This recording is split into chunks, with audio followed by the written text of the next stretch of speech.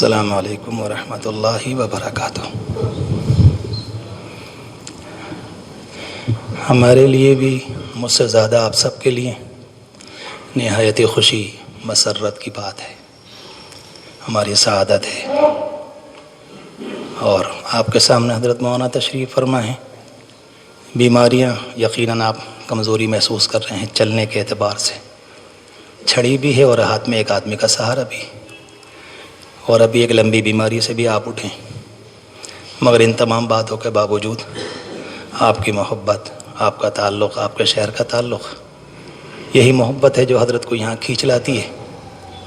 پہلے تو یہ کہ ہم سب دعا کریں اللہ تبارک و تعالی حضرت کی عمر کو دراز فرمائے، ان کے سایہ عاطفت کو ہمارے سروں پر تا دیر باقی رکھے، اللہ نظر بس سے بچائے، اللہ نظر بس سے بچائے۔ بہت ہی خوش نصیب ہیں آپ سب، اس وقت تشریف فرمائیں، اور انشاءاللہ جتنی طبیعت میں بشاشت ہوگی آپ سے خطاب فرمائیں گے۔ مگر اس سے پہلے میری درخواست ہے، اس جلسے کو کوئی عمومی جلسہ نہ بنائیں۔ ایسا نہیں کہ بات سنی ہم اور آپ چلے گئے۔ جن حالات سے ہم سب گزر رہے ہیں مجھ سے زیادہ آپ واقف ہیں، کیا کرنا چاہیے، کیا ہونا چاہیے، ہم کیا تبدیلی لا سکتے ہیں اپنے اندر بڑی آسانی کے ساتھ، اور ہم اپنے آپ کو کس طرح سے بدل سکتے ہیں۔ یہی سارا موضوع انشاءاللہ آپ کے سامنے آئے گا۔ اس لیے اللہ کے لیے ہر بات کو دل کے کانوں سے سنیں اور نیت کریں، اللہ کے گھر میں اللہ سے عہد کریں انشاءاللہ کہ سنیں گے بھی، عمل بھی کریں گے، اور یہاں سے جانے کے بعد پوری طرح سے عملی طور پر اسے زندگی میں لائیں گے۔ اور اس گناہ گار کی آپ سے درخواست یہ ہے، تمام علماء کرام کے لیے، بالخصوص حضرت بھائی صاحب دامت برکاتہم کے لیے، اپنی دعاؤں میں کچھ خصوصی حصہ بنا دیں۔ اس گناہ گار کی اس بات کو مان ہی لیجیے گا، بڑا احسان ہوگا ہم سب پر کہ اللہ ان کے سائے کو ہم سب پر اور پوری امت پر عافیت کے ساتھ باقی رکھے۔ السلام علیکم ورحمۃ اللہ۔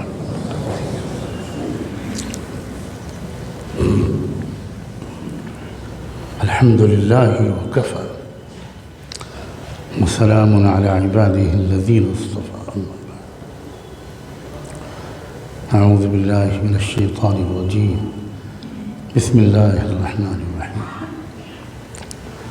قل ان کان آباؤکم وابناؤکم وازواجکم وعشیرتکم واموال اقترفتموها وتجارة تخشون كسادها ومساكن ترضونها أحب إليكم من الله ورسوله وجهاد في سبيله فتربصوا حتى يأتي الله بأمره۔ وقال تعالى ففروا إلى الله إني لكم منه نذير مبين ولا تجعلوا مع الله إلها آخر إني لكم منه نذير مبين۔ سبحان ربك رب العزة عما يصفون وسلام على المرسلين والحمد لله رب العالمين۔ اللهم صل على سيدنا محمد وعلى آل سيدنا محمد وبارك وسلم۔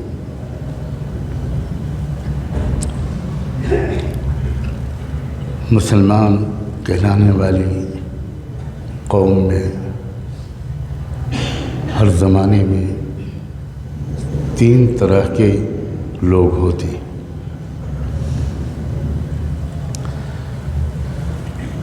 ایک تو وہ لوگ ہوتے ہیں جو سچ مچ حقیقی مسلمان ہوتے ہیں، اسلام میں داخل نہیں ہوتے، اسلام ان کے اندر داخل ہو چکا ہوتا ہے، ان کی ہڈی ہڈی بوٹی بوٹی رگ رگ میں اسلام کی محبت ہر چیز سے زیادہ ہوتی ہے۔ وہ تربیت پائے ہوئے ہوتے ہیں، تقوی والے ہوتے ہیں، گناہوں سے دور رہتے ہیں، محتاط زندگی گزارتے ہیں، اپنی ذمہ داریوں کا احساس رکھتے ہیں، ایک باپ کی حیثیت سے، ایک ماں کی حیثیت سے، ایک شوہر کی حیثیت سے، ایک خاندان کے بڑے کی حیثیت سے، بڑوں کا ادب، چھوٹوں پر شفقت. ایک تو مسلمانوں کی ایک وہ تعداد ہوتی ہے جو واقعی مسلمان ہوتی، ایمانیات میں بھی، عقیدوں میں بھی، عبادات میں بھی، اخلاق، معاشرت، معاملات میں بھی، اور دل کے جذبات اور تمناؤں میں بھی. وہ اسلام کے وفادار ہوتے ہیں. وہ سب کچھ لٹا دیتے ہیں، اسلام پر آنچ نہیں آنے دیتے. قربانیاں دینا ان کے لیے آسان ہوتا ہے، لیکن اسلام اور مسلمانوں کو تکلیف میں مبتلا دیکھنا ان کے لیے ممکن نہیں ہوتا. مائیں، ایسی مائیں جو سچی مسلمان ہوتی ہیں، وہ اپنے دودھ پیتے بچوں کو اسلام کے دفاع کے لیے پیش کر دیتی. ایسی 20 عورتوں کا تذکرہ ہے رحمت دو عالم صلی اللہ علیہ وآلہ وسلم کو، جن عورتوں کی مبارک آنکھوں نے دیکھا تھا اور جن کے دل میں اسلام کی محبت رچ بس گئی تھی. ان میں ایسی عجیب بہادر، وفادار، غیرت مند عورتیں. جب کسی نوجوان سچا مسلمان ہوتا ہے تو اس کی نوانی کی طاقتیں کمزوروں کو دبانے میں اور دوسرے حیوانی جذبات کی تسکین میں استعمال نہیں ہوتی. ایسے نوجوان اپنی نگاہوں کو اور دامن کو بچا کر رکھتے ہیں اور اپنے جذبات کو حق کی سربلندی کے لیے، مظلوموں کی مدد کے لیے استعمال کرتے ہیں. یہ مسلمان ایسے ہر دور میں ہوتے ہیں اور یہ تعداد میں ہمیشہ کم ہوتے ہیں، بہت کم ہوتے ہیں. ثلۃ من الاولین وقلیل من الاخرین، بہت کم ہوتے ہیں. دوسری ایک قسم مسلمانوں کی اور ہوتی ہے جو جذبات تو ان کے بھی اچھے ہوتے ہیں، تمنائیں ان کی بھی اچھی ہوتی ہیں. وہ انصاف اور اسلام کا غلبہ دیکھنا چاہتے ہیں. سخاوت، ہمدردی، بہادری ان کے اندر بھی ہوتی، لیکن وہ کچھ جسمانی لحاظ سے معذور اور کمزور ہوتے ہیں. وفاداری ان کی پوری ہوتی ہے پہلے قسم کے مسلمانوں کی طرح. وفاداری میں کوئی تقسیم نہیں ہوتی، کوئی بٹوارا نہیں ہوتا. ان کی وفاداری اسلام کے ساتھ ہوتی ہے. اگر ان کے ماں باپ بھی اسلام کے خلاف ہیں تو وہ اسلام کے وفادار ہوتے ہیں، ماں باپ کے حامی نہیں ہوتے. ایک نوجوان تھا، اور میں تھا کہہ رہا ہوں صرف اس لیے کہ میں نے لفظ نوجوان بولا ہے، ورنہ ساری دنیا کے بزرگوں کی عزتیں اس نوجوان کے قدموں پر قربان. اس کا نام تھا عبداللہ، اور اس کا باپ تھا اسلام کا دشمن. بہت لمبے سفر پر نکلے تھے جب رحمت دو عالم صلی اللہ علیہ وآلہ وسلم بہت بڑی تعداد میں سچے مسلمانوں کو لے کر، یہ جو غزوہ تبوک ہے، غزوہ تبوک کی ایک خصوصیت یہ ہے کہ اس نے مدینے کے معاشرے کے تینوں قسم کے لوگوں کو بالکل ایک ایک کو آئیڈینٹیفائی کر دیا تھا. ایک ایک کو بالکل شناخت، اس کی نام کے ساتھ، کیا نام ہے، باپ کا نام کیا ہے، کون سے قبیلے کا ہے. یہ غزوہ تبوک کا خاص مقصد معلوم ہوتا ہے. ایک مقصد بہت بڑا یہ بھی معلوم ہوتا ہے، اور اس کی طرف سورہ توبہ میں بہت واضح اشارے ہیں. 30,000 صحابہ کو لے کر نکلے تھے اللہ کے رسول صلی اللہ علیہ وسلم. اور اس وقت مدینے میں تینوں قسم کے مسلمان تھے، اور حضور یہ چاہتے تھے کہ میرا وقت اب زیادہ بچا نہیں ہے، تو مدینے کے اندر تینوں قسم کے مسلمان یہ کھل جائے حقیقت کون کس کیٹیگری کا ہے۔ اور وہ بہت کام آیا۔ میرا موضوع اس وقت یہ نہیں ہے کہ وہ پہچان پورے خلافت راشدہ کے دور میں کام آئی۔ تو دوسرے قسم کے ایک مسلمان ہوتے ہیں کہ جو وفادار ہوتے ہیں، وہ بھی مخلص ہوتے ہیں، وہ بھی متقی ہوتے ہیں، اچھے ہوتے ہیں، ان کی وفاداری بالکل بٹی ہوئی نہیں ہوتی، وہ اللہ اور اللہ کے رسول کے اور اسلام کے وفادار ہوتے ہیں، وہ انصاف کا اور حق کا غلبہ چاہتے ہیں۔ لیکن کچھ وجوہات سے کچھ چیزیں ہوتی ہیں، کچھ معذوری ہوتی ہے، بہت زیادہ مجاہدہ، بہت زیادہ پر مشقت کام نہیں کر سکتے، سامنے سے دشمن سے ٹکر نہیں لے سکتے، ایسے بھی لوگ ہوتے ہیں۔ کچھ بوڑھے ضعیف ہیں، جذبات بہت ہیں، عورتیں تڑپ رہی ہیں، بار بار اجازت مانگ رہی ہیں کہ اللہ کے رسول اکیلے مرد شہید ہو رہے ہیں اور ہم لوگ گھر میں بیٹھے ہوئے ہیں، ہمیں اجازت دے دیجیے اللہ کے رسول۔ بار بار عورتوں کی طرف سے درخواست آتی تھی، اور حضور کو یہ تک فرمانا پڑا، اے عورتوں، حج میں جانا یہی تمہارا جہاد ہے۔ یہ تک ان کو تسلی دینے کے لیے کہنا پڑا۔ دروازے پر ایک عورت کھڑی نظر آئی، حضور نے کہا، حضرت بلال سے کہا کہ ذرا جاؤ، یہ اندر بھی نہیں آ رہی، کیا بات ہے، باہر کھڑی ہوئی ہے یا پوچھ کیا ہو؟ حضرت بلال جب گئے تو رو رہے تھے، واپس آتے ہوئے جواب نہیں دے پائے حضور کو، کسکیوں سے رو رہے تھے۔ حضور نے کہا کہ بلال صبر کرو، مجھے بتاؤ کیا کہا اس نے؟ انہوں نے کہا کہ وہ ایک چھوٹے سے بچے کو گود میں لیے ہوئے، اور اس نے کہا کہ میرے کان میں آواز پڑی ہے کہ حضور نے اعلان کروایا ہے کہ ایک بڑی مہم پر جانا ہے، ہر گھر سے ایک مرد کا آنا ضروری ہے۔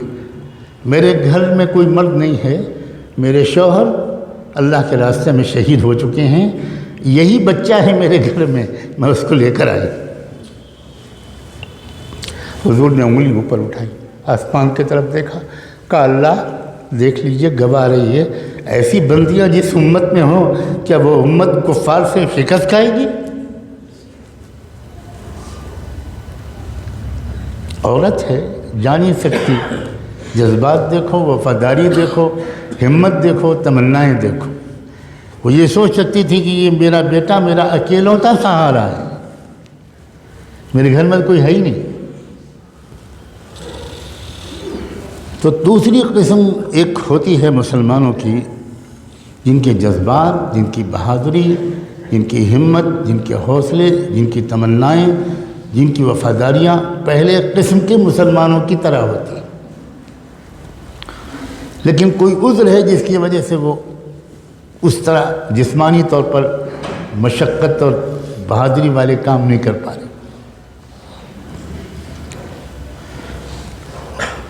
اس دوسری قسم میں بھی ایسے لوگ ہوتے تھے جو بھول جاتے تھے کہ ہم معذور ہیں۔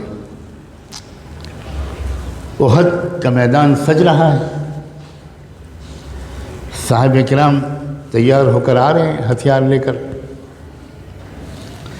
ایک صحابی جو ایک ٹانگ کٹی ہوئی تھی، معذور تھے، وہ بیساکھی کے سہارے، عمرو بن جموح نام تھا ان کا، وہ لنگڑاتے ہوئے حضور کے پاس آتے،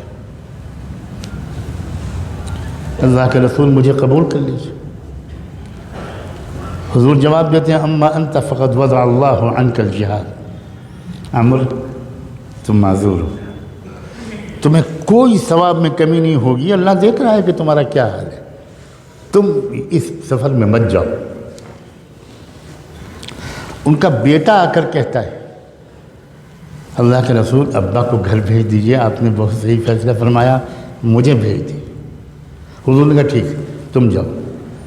ابن جموح بوڑھے اور لنگڑے رونے لگتے ہیں کہ اللہ کے رسول کیا غیرت میری گوارہ کرے گی کہ میرا بیٹا جائے اور میں گھر پہ واپس بیٹھ جاؤں۔ حضور ایک تمنا ہے میری، قیامت کے میدان جب اللہ تعالیٰ بلا کر پوچھے گا کیا کر کے آئے ہو، تو میں کہوں گا کٹی ہوئی ٹانگ اور لنگڑے پیر کے ساتھ جہاد کر کے آیا۔ حضور نے یہ سنا اور کہا ٹھیک ہے جاؤ، اور وہ گئے اور شہید ہوئے۔ اور اس کے بھی آگے سنو سچے مسلمانوں کی تمناؤں کا احترام اللہ کس طرح کرتا ہے کہ جب حضور نے جائزہ لیا کتنے میرے ساتھی چہیتے شہید ہوئے، اور آپ نے حکم دیا کہ تدفین تو مدینے میں ہوگی، بقیع میں سب کو دفن کیا جائے گا، چلو سب کے لاشوں کو مدینہ کی طرف لے کر چلو۔ عمرو بن جموح کی لاش کو اونٹ پر رکھا گیا، جیسے ہی مدینہ کی طرف کو اس اونٹ کو چلایا گیا وہ اونٹ بیٹھ گیا، پھر اٹھایا اس کو، پھر مدینہ کی طرف چلایا گیا، پھر بیٹھ گیا۔ جو صحابی اونٹ کو چلانے کی کوشش کر رہے تھے انہوں نے اونٹ کو الٹے رخ پر کیا، احد کے رخ پر، تو چل پڑا، پھر اس کو رخ بدلا، مدینہ کی طرف لے کر چلنے کی کوشش کی، پھر بیٹھ گیا۔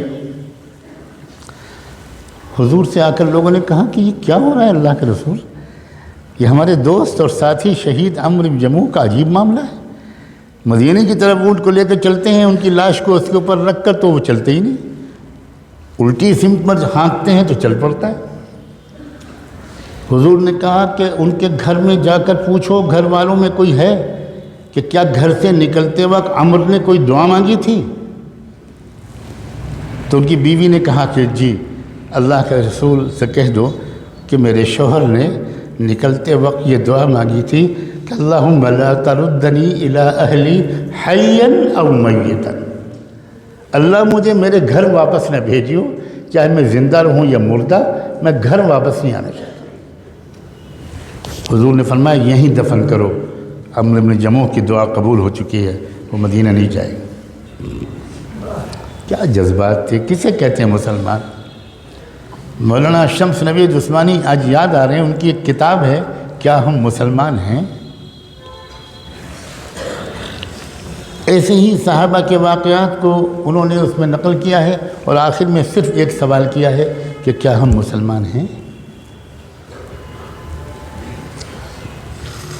تیسری قسم ایک ہوتی ہے، اور ہائے افسوس کہ اب تو لگتا ہے کہ وہی اب بس مسلمان زیادہ تر وہی ہیں۔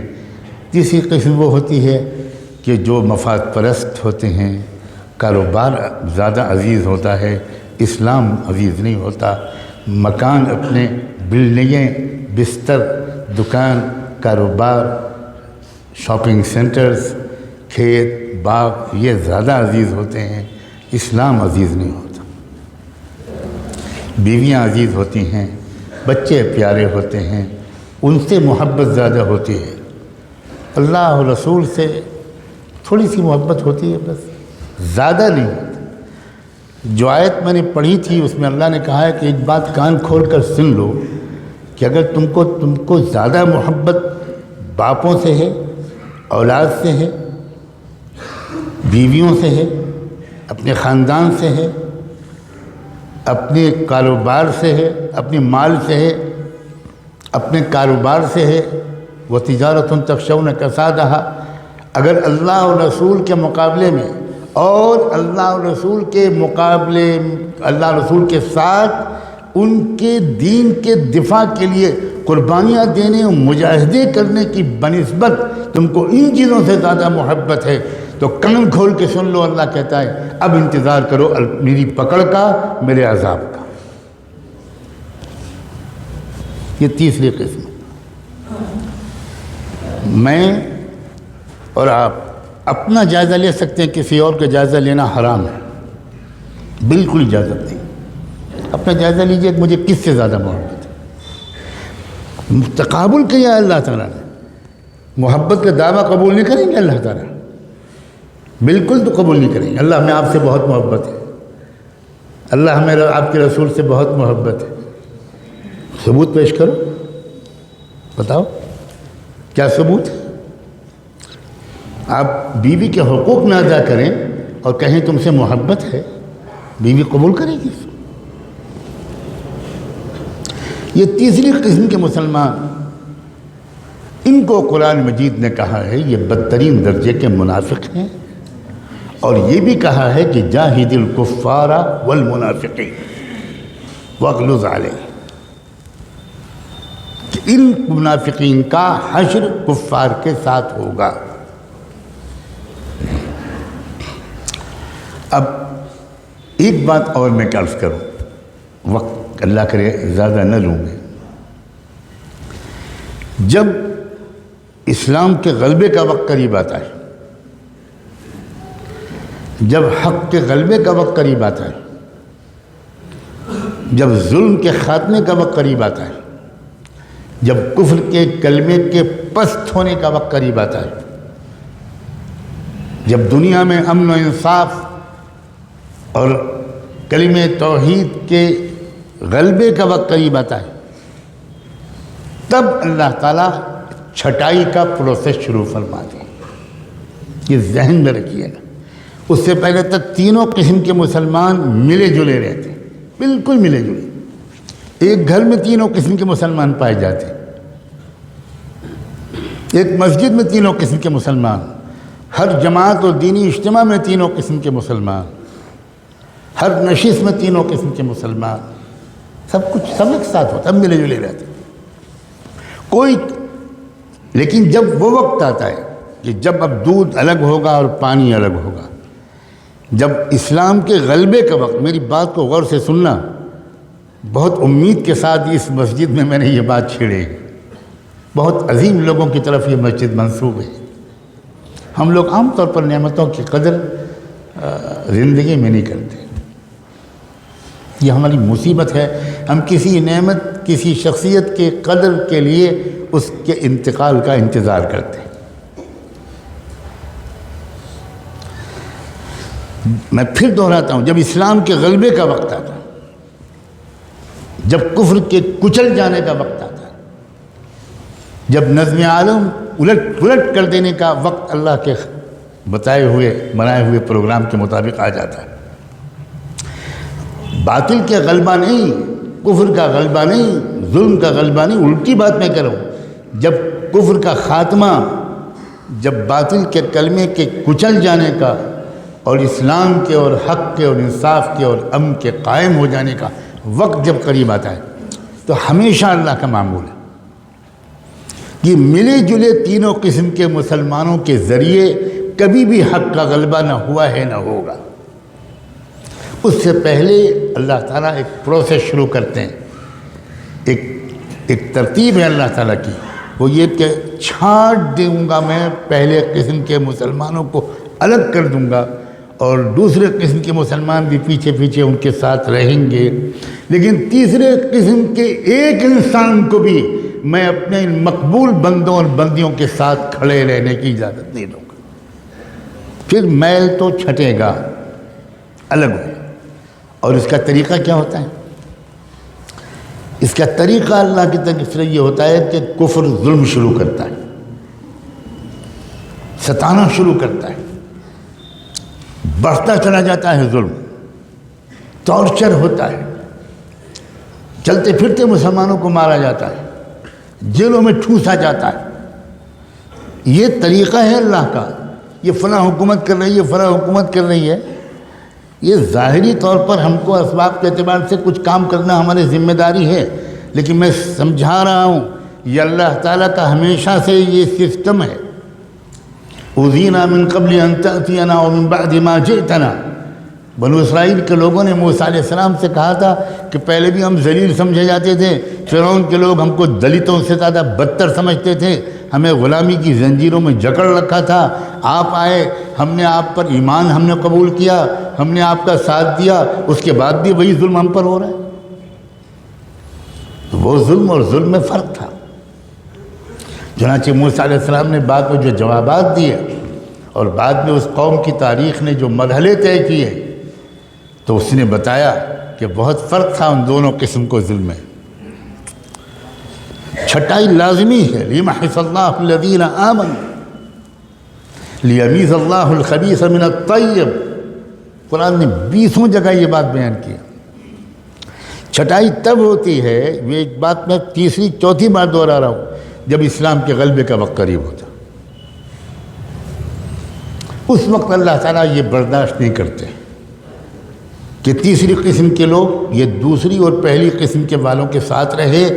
احد کی جنگ میں اللہ کے رسول نکلے صحابہ کو ساتھ میں لے کر، اور یہ تیسری قسم کے لوگ بھی ساتھ تھے جو اندر سے کچھ اور تھے، اوپر سے کچھ اور تھے، اور یہ بھی ساتھ چلے. مگر راستے میں 300 اس تیسری قسم کے لوگ حضور کا ساتھ چھوڑ کے الگ چلے گئے. کیوں الگ چلے گئے؟ اس لیے کہ یہ اللہ کے نظام کے مطابق ممکن ہی نہیں تھا کہ یہ تیسری قسم کے لوگ اس فتح کے وقت میں ان کے ساتھ رہیں. یہ ممکن نہیں، یہ اللہ تعالیٰ کبھی نہیں ہونے دیتے. مسلمانوں، خدا کے لیے اس بات کو غور سے سمجھو کہ یہ تیسرا یہ وہ دور ہے جب اللہ تعالیٰ نے فیصلہ کر لیا ہے ایک ایک کو چھانٹ کے رہوں گا، چاہے وہ خادم الحرمین الشریفین ہوں، اور چاہے وہ کعبے کے لباس کے متولی ہوں، اور چاہے وہ بڑے بڑے عرب لوگ ہوں اور کعبے کے ممبر پر کھڑے ہو کر نصیحت کرنے والے ہوں، اور چاہے وہ کہیں کے لوگ ہوں، ایک بھی نہیں چھوڑیں گے اللہ. سب تھوڑے سے مٹھی بھر لوگ ہوں گے جن کو اللہ چن لیں گے، اور ان کے ذریعے سے پوری دنیا کے اندر ایسا انقلاب آ جائے گا کہ شجر و حجر بھی حیران رہ جائیں. یہ کیا ہو گیا؟ یہ سسٹم ہے اللہ کا.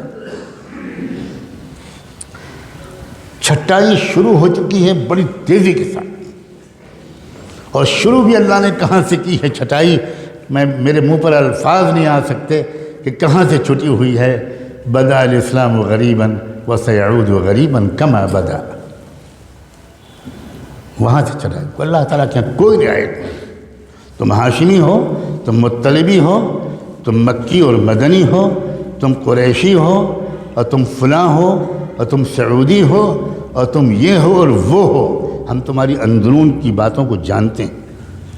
وَمَن يَتَوَلَّهُم مِّنكُمْ فَإِنَّهُ مِنْهُمْ. یہ ہے دور، یہ عام دور نہیں ہے، یہ چھٹائی کا زمانہ ہے. آخری موقع ہے سنبھلنے کا، آخری موقع ہے توبہ کا، اور اپنی وفاداری کو ٹھیک کرنے کا. صرف ٹوپی پہن لینے کا نام بدلنا نہیں ہے، صرف کرتا پجامہ اور داڑھی کا نام بدلنا بالکل نہیں ہے. ہمیں جائزہ لینا پڑے گا کہ کیا ہم اسلام کے وفادار ہیں یا اپنی پارٹی کے وفادار ہیں، اپنی سیاسی پارٹی کے وفادار ہیں، اپنے لیڈر کے وفادار ہیں، اپنے پیٹ کو شرمگاہ کے وفادار ہیں، اپنی ذاتی انٹرسٹ اور اغراض کے وفادار ہیں. قدم قدم پر ٹکراؤ ہوگا، قدم قدم پر ٹکراؤ ہوگا. ایک طرف تقاضا ہوگا اسلام کی وفاداری کا، اس میں ممکن ہے تکلیفیں آئیں، بالکل آئیں گی، بالکل آئیں گی. جیل بھی آئے گی، پھانسی بھی ہوگی، سزائے موت بھی ہوگی، فقر و فاقہ بھی ہو سکتا ہے، پتہ نہیں کیا کیا ہو سکتا ہے. یہ تو بالکل یقینی بات ہے کہ چھٹائی لازمی ہے. مگر عجیب بات ہے، یہ حالات اور یہ چھٹائی، خدا کرے اتنی ہی بات سے آپ سمجھ گئے ہوں، یہ انتہائی شاندار مستقبل کی علامت ہے. بات الٹی ہے. اگر اسلام کا غلبہ ابھی دور ہوتا، ابھی اس میں کئی صدیاں باقی ہوتی، تو میں پورے یقین کے ساتھ عرض کرتا ہوں اس مسجد میں بیٹھ کر کہ ابھی بھی وہ حالات نہ آتے، نہ یہاں آتے، نہ یورپ میں آتے، نہ امریکہ میں آتے، نہ عرب میں آتے، نہ مشرق میں آتے، نہ مغرب میں آتے، نہ شمال میں آتے، نہ جنوب میں آتے. ہر جگہ حالات اسی طرح کے آ رہے ہیں. یہاں آپ کوس لیجئے کہ بھی فلاں کی حکومت ہے، اور باقی جگہ یہ تو خداوندی ایک نظام ہے. اور اس نظام کو دیکھ کر ڈر اور خوف، مایوسی اور پریشانی اب کیا ہوگا، یہ لوگ کیا کر رہے ہیں، یہ حکومت کیا کر رہی ہے، آئندہ مسلمانوں کا مستقبل اس ملک میں کیا ہوگا، اسلام کیسے بچے گا، یہ سوالات ان کے ذہن میں آ رہے ہیں جو پہلے قسم کے مسلمانوں والی تربیت پائے ہوئے نہیں، یہ ان کے ذہن میں آ رہے ہیں۔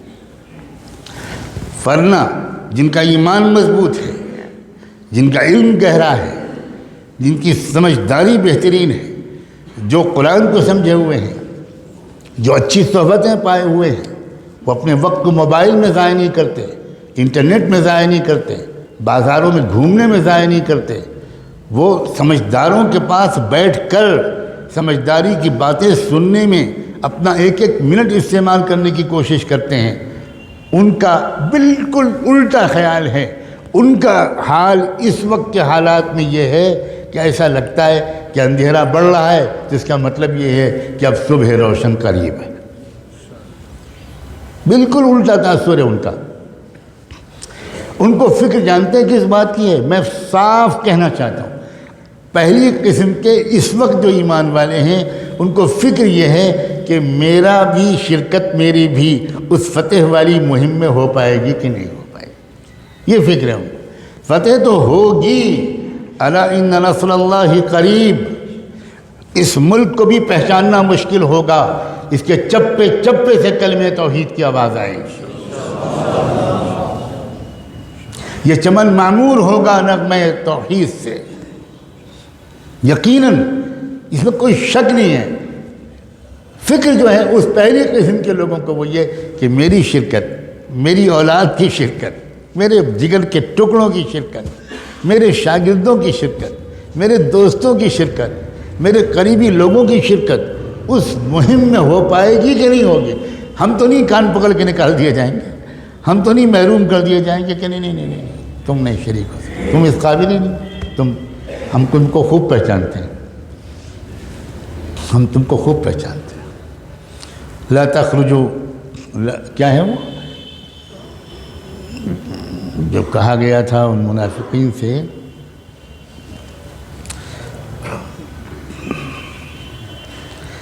تم کبھی نہیں نکل پاؤ گے، بہت سخت ترین آیت ہے وہ۔ جن لوگوں نے دھوکہ دیا تھا اسی تبوک کے موقع پر ان سے اللہ نے کہا ان سے کہہ دو کہ تم کو کبھی بھی راہ جہاد میں نکلنے کا موقع نہیں ملے گا۔ لن تقاتلوا معي عدوا ولن تخرجوا معي ابدا، کسی دشمن سے مقابلے میں کبھی تم کو میرے ساتھ دینے کا موقع توفیق نہیں ملے گی، اور کبھی تم آئندہ راہ خدا میں میرے ساتھ نکل نہیں سکو گے۔ صاف صاف، لن تخرجوا معي ابدا۔ یہ وہ دور ہے جس میں ہم داخل ہو چکے ہیں، یہ بتانا ان فرض ہے، اس لیے عرض کر رہا ہوں خدا کے لیے اس بات کو واقعی ایک آگاہی سمجھیں۔ اسی لیے میں نے وہ دوسری آیت پڑھی تھی، فَفِرُّوا إِلَى اللَّهِ إِنِّي لَكُمْ مِنْهُ نَذِيرٌ مُبِينٌ۔ بھاگو اللہ کی طرف۔ بھاگتا تو آدمی اس وقت ہے، اور بھاگنے کو اس وقت کہا جاتا ہے جب معاملہ ایمرجنسی ہو، ارجنٹ ہو، وقت کم ہو، اس وقت کہا جاتا ہے۔ تب اللہ تعالیٰ نے قرآن میں فرمایا فَفِرُّوا إِلَى اللَّهِ، بھاگو اللہ کی طرف، وقت کم ہے۔ إِنِّي لَكُمْ مِنْهُ نَذِيرٌ مُبِينٌ، محمد حضور سے کہا گیا کہ یہ کہو کہ میں تم کو صاف صاف آگاہ کرنے کے لیے آیا ہوں۔ آگاہ کرنا، وارننگ دینا، بتانا کہ آگے کیا ہونے والا ہے، منزل آخری کیا ہے، راستہ کیا ہے۔ یہ وہ دور ہے۔ آپ خود سوچئے ہم میں سے کتنے لوگ ہیں جو ایمانداری سے یہ کہہ سکتے ہیں کہ اللہ کا شکر ہے میں پہلی قسم کے مسلمانوں میں سے ہوں؟ ہے کوئی؟ جو ہو اس کو مبارک ہو۔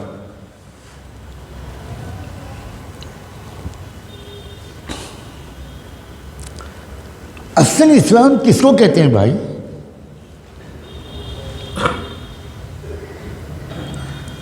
مسلمان ہونے کے تقاضے کیا ہیں؟ عام حالات میں تو سب، لیکن جب مقابلہ ہوتا ہے تب حقیقت کھلتی ہے۔ یوں تو مقتل میں تماشائی بہت آتے ہیں، یوں تو مقتل میں تماشائی بہت آتے ہیں، آؤ اس وقت کہ جس وقت پکارے جاؤ۔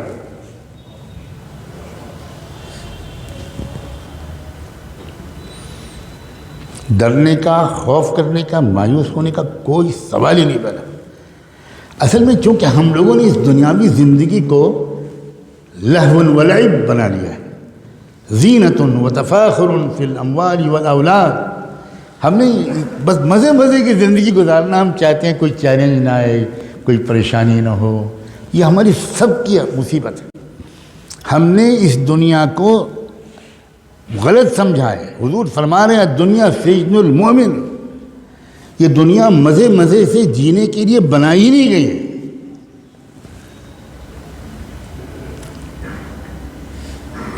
ہمیں اللہ تعالیٰ سے عافیت ضرور مانگنی ہے، لیکن عافیت مانگنے کا یہ مطلب ہے تو کیا اللہ کے رسول کو عافیت مانگنا نہیں آتا تھا؟ کیا صحابہ کرام کو عافیت مانگنا نہیں آتا تھا؟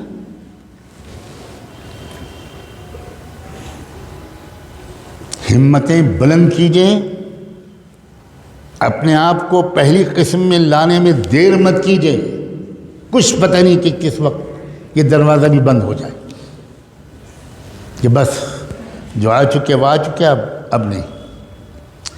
بھاگ کے دینی مجلسوں میں چاہیے، فضول وقت مت ضائع کیجئے۔ روزانہ کتنے اچھے دینی کتابوں کا مطالعہ آپ کر سکتے ہیں مگر نہیں کرتے، کتنا وقت ضائع ہو رہا ہے اللہ کی پناہ، بیٹھکوں میں، گپا اسٹک میں، بازاروں میں، ٹی وی دیکھنے میں، موبائل دیکھنے میں، کھیل کرنے میں، کیا وقت ضائع ہو رہا ہے، کیا زندگی ہے۔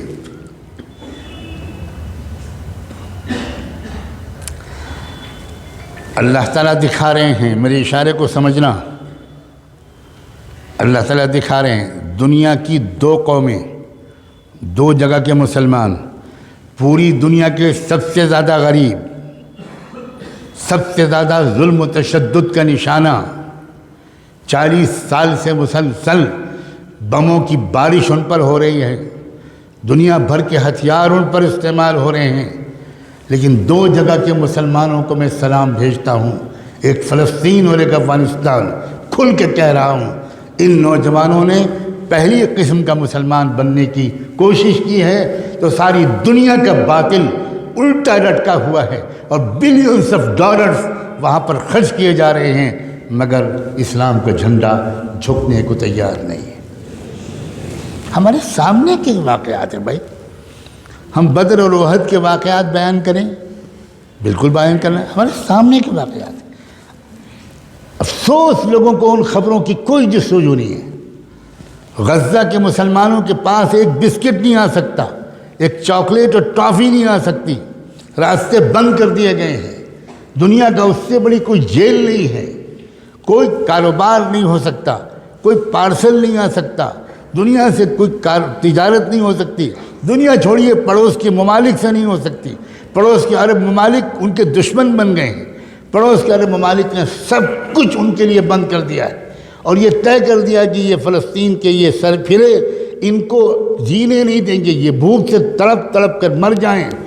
مگر میں کس طرح اپنی محبت کا اظہار کروں ان حالات میں؟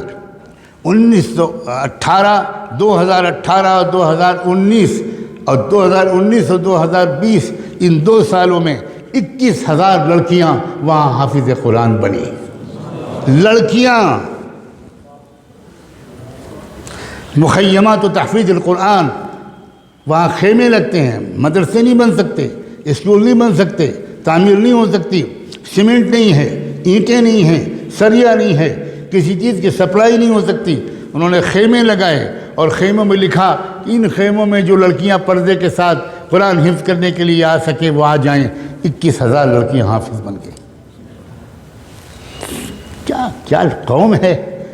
ان لوگوں نے طے کر لیا ہے کہ ہمیں جینا ہے مسجد اقصیٰ کی حفاظت کے لیے، ہمیں جینا ہے اللہ کی رضا کے لیے، ہمیں جینا ہے شہید مغفرت پانے کے لیے۔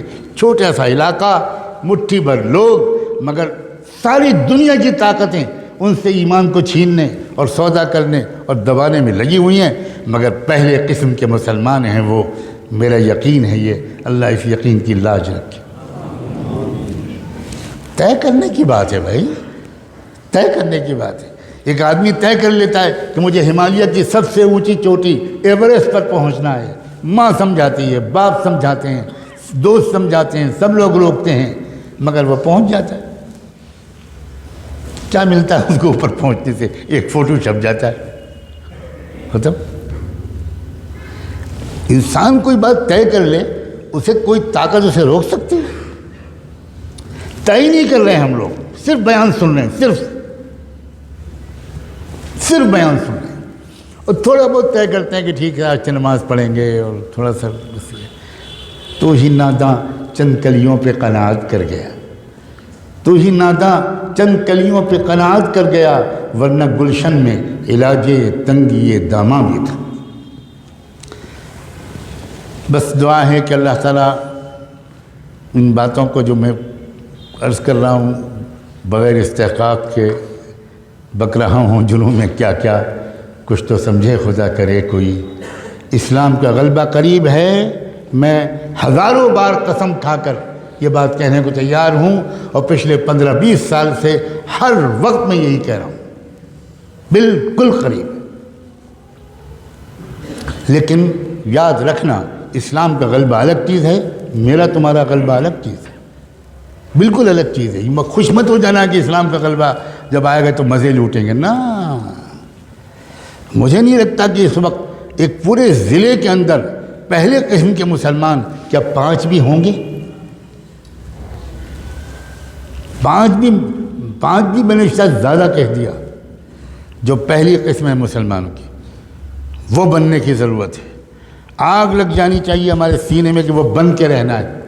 چمٹ جانا چاہیے اپنے یہاں کے علماء سے کہ بس اب فیصلہ کر دیا اب مجھے بنا دیجئے پہلے قسم کا مسلمان.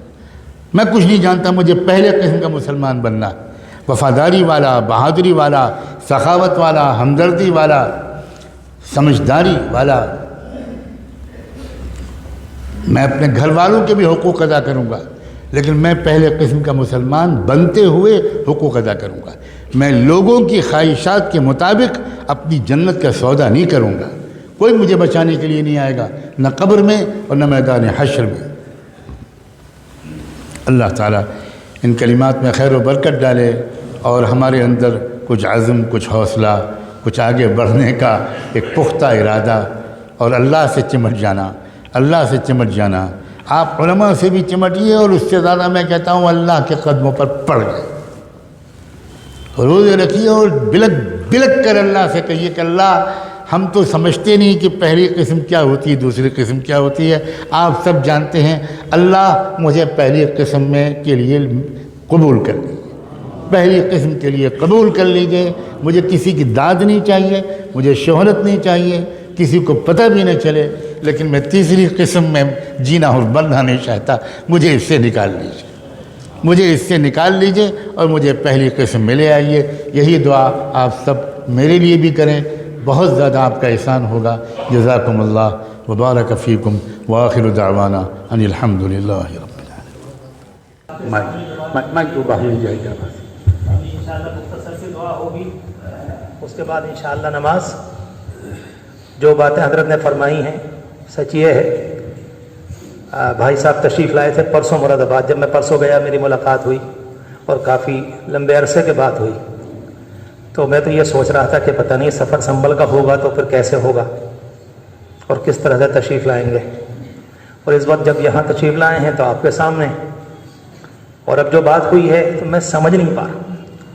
اللہ کی قسم کھا کر کہہ رہا ہوں میں سمجھ نہیں پا رہا. آپ کی طلب کا ہوں یا آپ کی پیاس کا ہوں، یا پتہ نہیں کوئی اللہ کا بندہ نیک دل اس میں کوئی بیٹھا ہوا ہے، کسی کی آنکھ کے آنسو شاید اللہ کے دربار میں قبول ہو گئے. اس طرح سے ہمارے اور آپ کے سامنے دل کو نکال کر رکھا ہے، اور کتنی ہمارے لیے نیچے اتر کر بات کی کہ کسی طرح سے میرے اور آپ کے دل میں کچھ تو ایسی ہو کہ ہم اپنے بڑوں کو کچھ تو یقین دلائیں. مطلب کب تک رلائیں گے ہی نہیں، کب تک؟ مطلب ان کا کام یہی رہ گیا، کبھی سنبھل میں آ کے رولے، کبھی مراد آباد میں، تو کبھی علی گڑھ میں، کبھی لکھنؤ میں، کبھی بمبئی میں، یہی کام رہ گیا۔ میرے عزیزوں، میرے جوانوں، قابل احترام بزرگوں، آپ سے کہہ رہا ہوں، بھری مسجد میں اللہ سے عہد کرو کہ انشاءاللہ آج سے، ابھی سے اپنے آپ کو بدل کر رہیں، طے کرو، ان بوڑھوں کو یقین دلاؤ، کہیں ایسا نہ ہو کہ کچھ دنوں کے بعد یہ ہمیں تمہیں بدان کے اندر نہ رہ سکے۔ ان کے آنسوؤں کے نیچے میں اور آپ زندگی گزار رہے ہیں، یہ نہ رہے تو شاید اس کے بعد کوئی ہماری اور آپ کی سرپرستی والا نہ رہے گا۔ پورا یقین دلائیے، اطمینان دلائیے کہ ہمارے گھروں میں آج سے نمازوں کی پابندی ہوگی۔ ہم نے ایک ایک بات کو سمجھ لیا، دل پر لے لیا۔ ہم اللہ سے عہد کرتے ہیں کہ انشاءاللہ آج کے بعد زندگی اسلامی ہدایات کے مطابق اور ان باتوں کو سامنے رکھ کر گزاریں گے۔ کہیے کہ انشاءاللہ بالیقین، یقین۔ اللہ جزائے خیر دے۔ اب دعا میں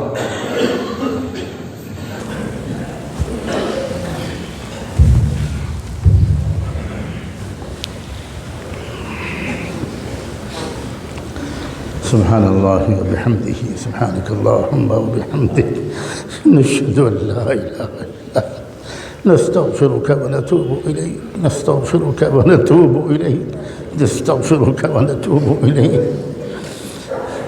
اللہم صلی علی سیدنا محمد وعلی آل سیدنا محمد وبارک وسلم۔ ربنا ظلمنا انفسنا وان لم تغفر لنا وترحمنا لنکونن من الخاسرین۔ اللہ ہمارے دل بدل دیجئے، اللہ ہمارے دل بدل دیجئے۔ ہمارے سینوں میں دل نہیں ہے، پتھر کی سل ہے اللہ، اللہ پتھر کی سل ہے اللہ۔ سمجھانے والے سمجھا کر دنیا سے جا رہے، ہمارے کانوں میں جوں نہیں رینگ رہی، ہمارے اندر کوئی تبدیلی نہیں آ رہی۔ پہلے بھی جھوٹ بولتے تھے، اب بھی بولتے ہیں، پہلے بھی دھوکہ دیتے تھے، اب بھی دھوکہ دیتے ہیں۔ اللہ نہ جانے کیا کیا حرکتیں 20 سال سے ہم کر رہے ہیں، گناہ کرتے کرتے اللہ بال سفید اور کمر ٹیڑھی ہو گئی۔ اے اللہ آج معاف فرما دیجیے، آج معاف کر دیجیے، آج معاف کر دیجیے، آج معاف کر دیجیے۔ اللہ تیسری قسم سے نکال دیجیے، اللہ تیسری قسم سے نکال دیجیے، اللہ تیسری قسم سے نکال دیجیے۔ اللہ ہم آپ کے وفادار بننا چاہتے، دھوکے باز نہیں رہنا چاہتے، منافق حالت میں جینا اور مرنا نہیں چاہتے۔ اے اللہ ہمیں نفاق سے نکال دیجئے۔ ہمارے چھوٹے چھوٹے صرف گناہ نہیں ہیں، سچی بات یہ ہے کہ ہم منافق ہو گئے ہیں، ہم منافق ہو گئے ہیں۔ اللہ جب آپ نے عذاب کا تذکرہ کیا تو مشرکوں سے پہلے منافقوں کا تذکرہ کیا، لیعذب اللہ المنافقین والمنافقات والمشرکین والمشرکات۔ اللہ ہمیں مومنین و مومنات میں شامل فرما، اللہ مومنین و مومنات میں شامل فرما۔ اللہ اپنے کو بدلنے کا جنون عطا فرما، اللہ اپنے کو بدلنے کا جنون عطا فرما، اللہ دیوانگی عطا فرما، اللہ والہانہ شوق عطا فرما، اللہ والہانہ شوق عطا فرما۔ تنگ آ گئے ہیں ہم اس زندگی سے، اللہ ہم عاجز آ گئے ہیں، اللہ ہم نے تو بار بار دیکھ لیا، توبہ کرتے ہیں لیکن جلدی ہی ٹوٹ جاتی ہے۔ اللہ اب تو آپ ہمارے پیشانی کے بال پکڑ کے ہم کو تقوی کے راستے پر ڈال دیجیے، ہماری سچی توبہ کا انتظار بھی نہ کیجیے۔ اللہ مہربانی ہوگی، اللہ مہربانی ہوگی۔ اللہ حق کے غلبے کا وقت قریب جب آئے گا تو ہم نکال دیے جائیں گے، ہم محروم کر دیے جائیں گے، ہم کافروں اور مشرکوں کے ساتھ کھڑے کر دیے جائیں گے۔ اے رب کریم اس انجام بد سے ہماری حفاظت فرما، اس انجام بد سے ہماری حفاظت فرما۔ بار الہ اللہ اللہ اللہ اللہ اللہ اللہ آج سن لیجیے، آج مان جائیے، آج مان جائیے، آج مان جائیے، آج مان جائیے، آج مان جائیے، آج مان جائیے، آج مان جائیے، اللہ مان جائیے۔ اللہ ہم آپ کو منائے بغیر نہیں جائیں گے، اللہ مان جائیے، مان جائیے، اللہ مان جائیے۔ اللہ آپ کا کیا بگڑے گا، اللہ ہمارا کام بن جائے گا، اللہ ہمارا کام بن جائے گا، اللہ ہمارا کام بن جائے گا۔ ہمیں نفاق سے نکال دیجئے، ہمیں مومن بنا دیجئے، خالص ایمان والا، اللہ اخلاص والا، اللہ تقوی والا، اللہ جہاد والا، حوصلے والا، ہمت والا، اللہ ہمت والا، قربانی والا، اللہ قربانی والا، سچ والا، اے اللہ ایمانداری والا، جانتداری والا، اللہ شہوتوں کے راستے سے نکال دیجئے۔ اللہ جانوروں والی حرکتیں ہم کرنے لگے ہیں، اے اللہ اس سطح سے بلند کر دیجئے، ہمارے خیالات پاک کر دیجئے، ہمارے جذبات پاک کر دیجئے۔ اللہ ایک نظر ڈالیے اس مجمع پر، ایک نگاہ ڈال دیجئے، اے اللہ تیری ایک نگاہ کافی ہے، ایک نظر ڈال دیجئے، اللہ ایک نظر ڈال دیجئے، اللہ ایک نظر ڈال دیجئے۔ یہ شرمندہ گنہگاروں کی محفل ہے، اے اللہ کوئی تو ہوگا اس مجمع میں جس پر آپ کی نظر کرم ہوگی، کوئی غریب انسان، اللہ کوئی غریب، کوئی نابینا، کوئی معذور، اللہ کوئی ایسا جو جس کے گھر میں 2 وقت کی روٹی کے بھی لالے پڑ گئے ہوں، اللہ ایسا بھی تو کوئی بندہ ہوگا، ایسے بوڑھے بھی تو ہوں گے۔ اللہ آپ کے محبوب نے تو خود کہا ہے، آپ کی طرف سے بتایا کہ جب کوئی بوڑھا بندہ میرے سامنے ہاتھ پھیلاتا ہے تو خالی ہاتھ واپس کرتے ہوئے مجھے شرم آتی ہے۔ اللہ بوڑھوں کا واسطہ، اللہ ہماری بوڑھی ماؤں کا واسطہ، اللہ ننھے منھے معصوم بچوں کا واسطہ، اے رب کریم خانہ کعبہ کا واسطہ، اللہ کیا گزر رہی ہوگی بیت اللہ کی روح پر، اللہ بیر زمزم کا واسطہ، حتیم کا واسطہ، اللہ میزاب رحمت کا واسطہ، صفا و مروہ کا واسطہ، صفا و مروہ کا واسطہ، اللہ صفا و مروہ کا واسطہ، عرفات اور مزدلفہ کا واسطہ، اے رب کریم گنبد خضرہ کا واسطہ، روض اطہر کا واسطہ، اللہ روض اطہر کا واسطہ، مسجد نبوی کا واسطہ، محراب عثمانی کا واسطہ، اس محراب کا واسطہ جس میں سیدنا عمر کو مارا گیا تھا، جہاں شہید کیا گیا تھا، اے رب کریم روضۃ الجنہ کا واسطہ، ریاض الجنہ کا واسطہ، جبل احد کا واسطہ، اللہ خندق کھودنے والوں کا اور خندق کا واسطہ، اے رب کریم ہماری دعاؤں کو قبول فرما، ہماری دعاؤں کو قبول فرما۔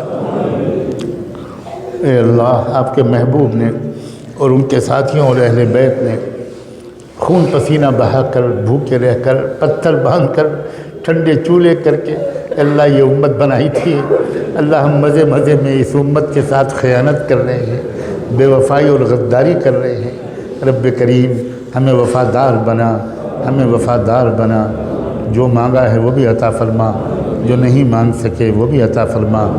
اللہ ایک درخواست اور ہے، ہم سب کی طرف سے رحمت دو عالم صلی اللہ علیہ وآلہ وسلم کی خدمت اقدس میں ہم سب کی طرف سے درود و سلام بھجوا دیجئے، ان پر اور ان کی آل پر، ان پر اور ان کے اہل بیت پر، صحابہ اور صحابیات پر، ازواج مطہرات پر، ذریت طیبہ پر، ان کے نقش قدم پر چلنے والے تمام صالحین و صالحات اور تمام نیک مردوں اور عورتوں پر، اہل اللہ پر، اور انہی کے راستے پر جینے اور مرنے کی ہم سب کو توفیق عطا فرما۔ وصلی اللہ تعالی علی خیر خلقہ سیدنا محمد وعلی آلہ وصحبہ اجمعین برحمتک یا ارحم